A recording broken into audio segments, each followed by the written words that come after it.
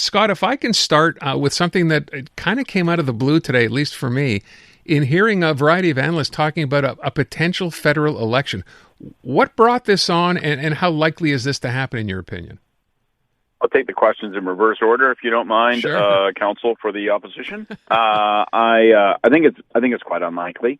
I think it's smart tactical politics. The reason we're talking about this is that the government House leader, Steve McKinnon, put the idea out there that, hey, let's remember it's a minority parliament. Let's remember that if the budget fails, if it does not pass, and all the opposition parties have been rushing out to say they find great fault with it, then before it's been tabled, then understand we'll be plunged into an election. I think he's just putting, as they say in negotiations, a little tension into the system.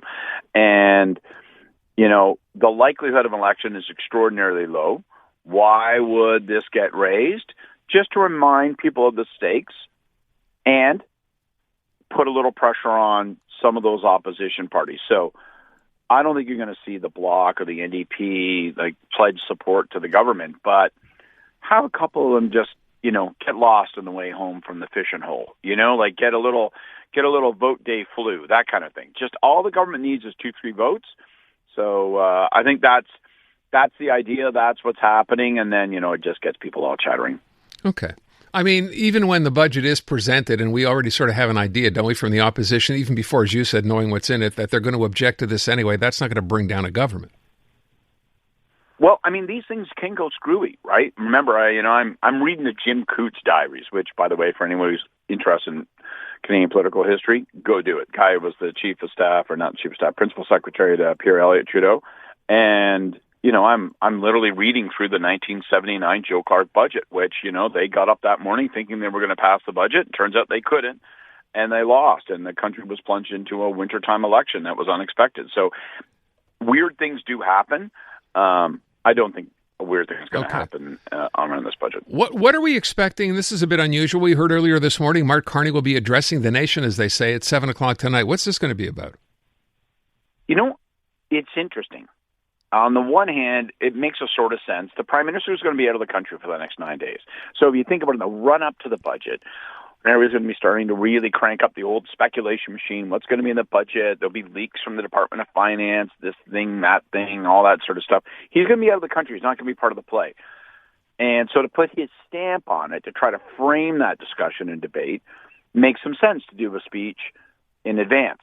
But the tactic of saying to people, I'm giving a speech, it's in prime time, I want people to pay attention to it, and I'm not going to tell you a tootin' thing about what I have to say, does create some speculation that he's got a little announceable here or there. He's got a little something. He's holding a little something back in the pocket. So I'll be watching it. Vashi Kapelos and our CTV crew will be on covering it live tonight. And I think he's probably going to really emphasize, as prime ministers do, how monumental this first budget is. He's speaking in front of students, so I think he's going to talk about it. This is a generational budget. This is creating generational opportunities. This is something we'll remember for 30 years. We'll see. Maybe it is, maybe it isn't, but I think that's the way he wants it to be received, so he'll talk about that. My big question is, does he tell us anything about the trade discussions going on with Washington? Is it possible he'll pop out an announcement about that? Or even just give us a little hint? And then secondly, what does he have to say about the deficit? Because if the deficit's going to be as big as all outdoors, he better start telling people that and signaling it soon, so it's not a shock on budget day. Fair enough.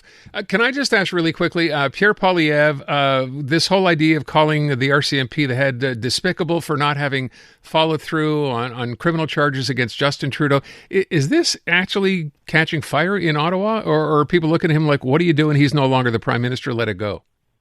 Yeah, it is. It's a real boner. He really messed up. And then the tell is that his own members of Parliament don't want to talk about it. Like, they don't double down. They don't go, yeah, you're darn right. And like, Trudeau should have gone to jail and blah, blah. And it's like saying the RCMP always cover up for the Liberals, and the RCMP commissioner was despicable, and Trudeau ought to be in jail. This is very Trumpy.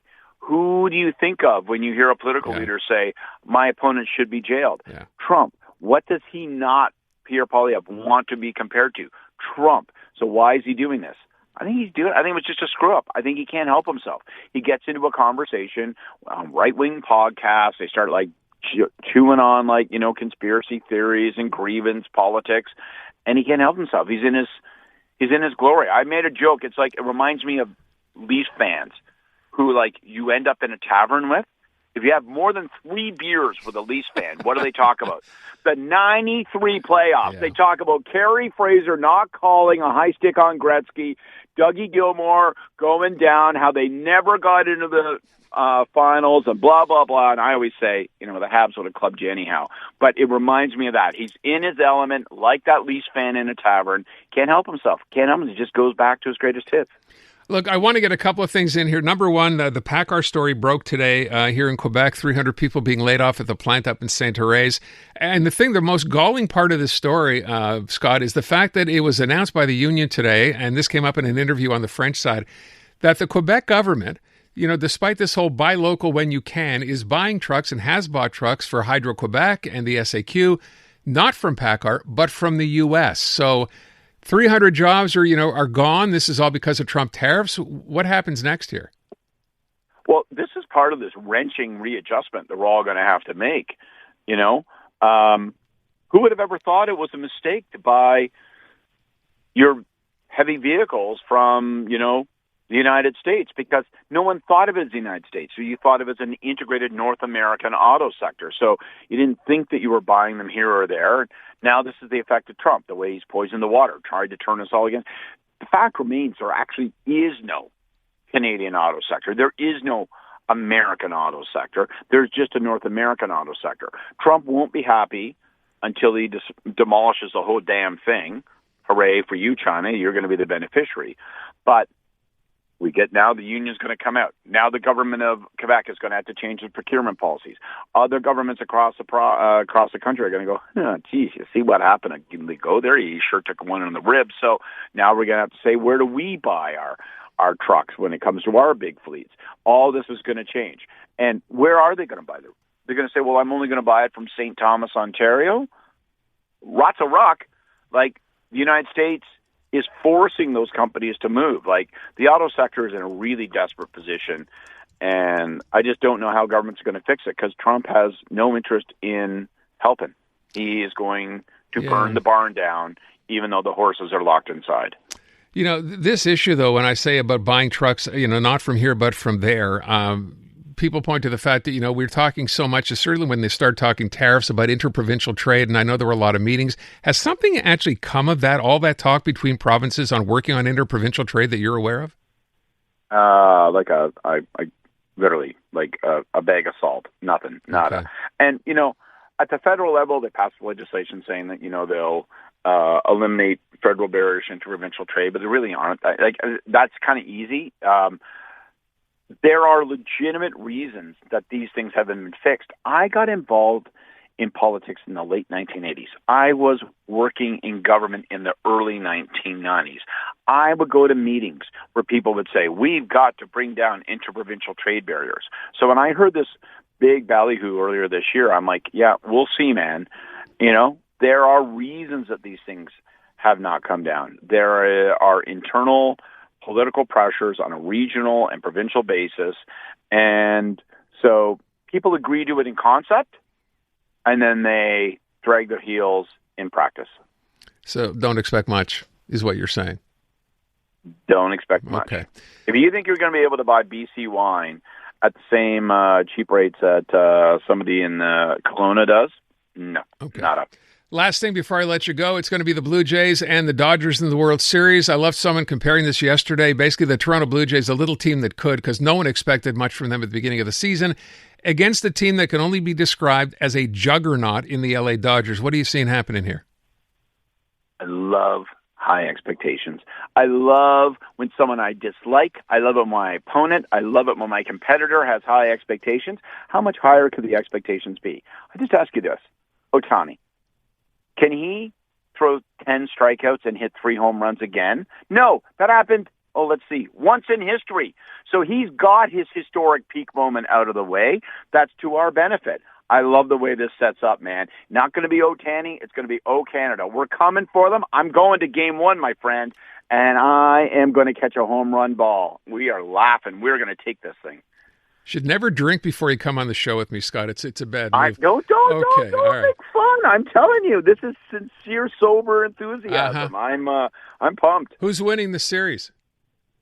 Oh, Jays are going to win in 6, which sucks because my kid has a hockey game on the night of Game 6, so I'm going to have to watch it on my phone. Yeah, well, don't worry. There won't be a Game 6 after the Dodgers win in 5, so you don't have to worry about that Oh, anymore. my God. What a rain cloud you are. Scott Reid, CTV political analyst. Thanks, pal. We'll talk to you next week.